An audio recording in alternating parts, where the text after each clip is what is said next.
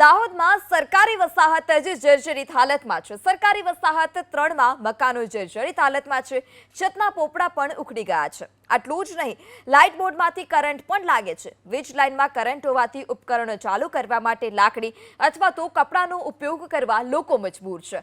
ત્યારે વિકાસના દાવા કરતી સરકારની આ વરવી વાસ્તવિકતાથી લોકો ત્રાહિમામ પોકારી ઉઠ્યા છે। આ અંગે પ્રશાસનને રજૂઆત કરતા માત્ર સાવચેતીના બોર્ડ જ લગાવવામાં આવ્યા છે। તે સિવાય કોઈ પણ કામગીરી નથી કરવામાં આવી। પ્રશાસનની નબળી કામગીરી સામે લોકોમાં રોષ છે। ડર અને ભયના માહોલમાં વસતા સરકારી વસાહતના લોકો દ્રશ્યો આપણે બતાવવા માંગીશ। હાલ જોઈ શકો છો કે જ્યાં બિલ્ડિંગ છે, ઇમારત છે, તે 1983ની ઇમારત જોવા મળી છે ને હાલ તે જર્જરિત છે। દ્રશ્યો આપણે બતાવવા માંગીશ અંદરથી। હાલ તો આપ જોઈ શકો છો કે જે બહાર ખાસ કરીને જે જાહેર સૂચના લગાવવામાં આવી છે, મકાન જર્જરિત છે। ખાસ કરીને વાત કરીએ તો બ્લોક ક્વાર્ટર નંબર જે છે તેના આપ જોઈ શકો છો ઉપરથી જે જર્જરિત હાલતમાં છે ને તમામ જે ઉપરથી પોપડાઓ બહાર નીકળી ગયા છે। હાલ તો કહી શકાય કે જે અંદરની જે હાલત છે તેઓ પણ દયનીય કહી શકાય। હાલ જોઈ શકો છો કે અંદર જે રૂમ છે, અહીં જે રૂમમાં જે લોકો છે તેઓ કઈ રીતે રહેતા હોય છે તેના દ્રશ્યો આપણે બતાવવા માંગીશ। આપ જોઈ શકો છો કે જે છત છે તેમાં હાલ પોપડા ઉખડી રહ્યા છે, જેના કારણે લોકો પરેશાન છે। ખાસ કરીને જે અહીંના જે લોકો છે વર્ગ 3 અને 4ના જે અધિકારીઓ કર્મચારી રહેતા હોય છે, દ્રશ્યો આપણે અંદરના બતાવવા માંગીશ।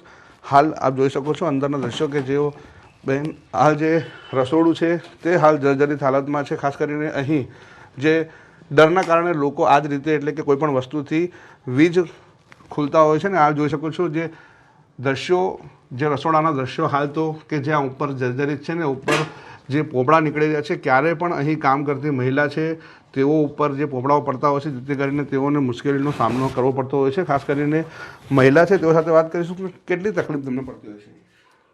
તકલીફ તો ઘણી બધી પડે છે સાહેબ। પાણી તો એટલું બધું પડે કે રહેવા લાયક તો આમ તો છે જ નથી, પણ હવે શું કરીએ, હવે મજબૂરીથી રહેવું પડે અમારે। આ રીતે જર્જરિત છે, કેટલી વાર પડી જાય છે ને કેટલી મુશ્કેલી આપને?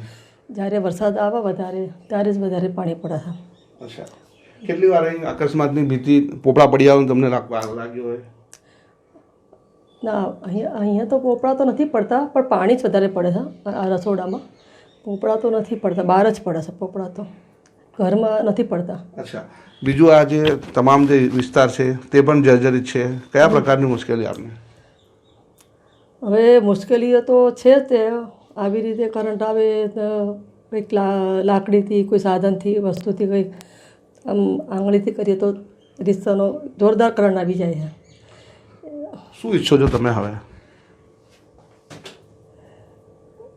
આનું સમારકામ થાય કે શું ઈચ્છો છો આપ? હા, એટલે રિપેરિંગ કરી આપો તો સારું, રિપેરિંગ કરી આપો તો સારું। તો ખાસ કરીને ડર અને ભયના માહોલમાં જે મહિલાઓ તે બોલી પણ નથી શકતી, કારણ કે ક્યારે પણ અહીંથી પાણી પડતા હોય છે, જે વીજ બટનો છે તેમાંથી કરંટ આવતા હોય છે, કારણ કે ઉપરથી જે ભેજ આવતો હોય છે જેના કારણે અહીં કરંટ આવવાના પણ દ્રશ્યો થતા હોય છે। ખાસ કરીને વિસ્તારના લોકોના મતે વહેલી તકે તેનું સમારકામ થાય કે અન્ય સારી જગ્યાએ તેઓને શિફ્ટ કરાય, જેવી પણ હાલ લોકો માંગ કરી રહ્યા છે। ખાસ કરીને જે તમામ જે વિસ્તાર છે તે જર્જરિત હાલતમાં છેલ્લા કેટલાક સમયથી લોકો રહી રહ્યા છે અને કેટલાક સમયથી તેઓ ગુહાર પણ લગાવી રહ્યા છે કે તેઓની જે બિલ્ડિંગ છે તે સલામત કરી શકાય। હાલ તો જે વિસ્તારના લોકો છે તેઓ આ જે બિલ્ડિંગ છે તેને રિપેર તેમજ નવી કરવાની પણ માંગ કરી રહ્યા છે। મનીષ જૈન, એબીપી અસ્મિતા, દાહોદ। દાહોદની સરકારી વસાહતની જર્જરિત હાલતને લઈને એબીપી અસ્મિતા હાલ પહોંચ્યું હતું માર્ગ એન્ડ મકાન વિભાગના અધિકારીઓ પાસે। તેઓ પાસે હાલ જે પરિસ્થિતિ છે તેઓ વિશે જાણ થતા અને તેઓને સવાલ કરતા તેઓ કેમેરા સમક્ષ કંઈ પણ બોલવા રાજી ન હતા, મંજૂર ન હતા। જોકે હાલ તેઓના કયા પ્રમાણે તેઓએ ત્યાં નોટિસ આપી છે, પણ હાલ તો તેઓ કેમેરા સમક્ષ ન બોલવા માટે રાજી નથી। એનું કારણ શું હોય તે કહી ન શકાય, પણ જે હાલત છે તે જર્જરિત હાલત જે વિસ્તારની, તેમાં કદાચ કોઈ મોટી ઘટના બને તો તેનું જવાબદાર કોણ તે પણ કહી શકાય। મનીષ જૈન, એબીપી અસ્મિતા, દાહોદ। આ કોપરા પડે, બીજું તો પાણી પડે નીચે, કોપરા પડે હતી। કેવી હાલત છે બિલ્ડિંગની? આટલી હાલત છે બિલ્ડિંગમાં, કોઈ અમે તો ઉપર ત્રીજા માળ પર રહીએ। કેવું લાગે છે? ડર કે ભય લાગે છે? હોવે, લાગે તો ખરું જ ને। શું લાગે? આ બીક તો લાગે ને પડે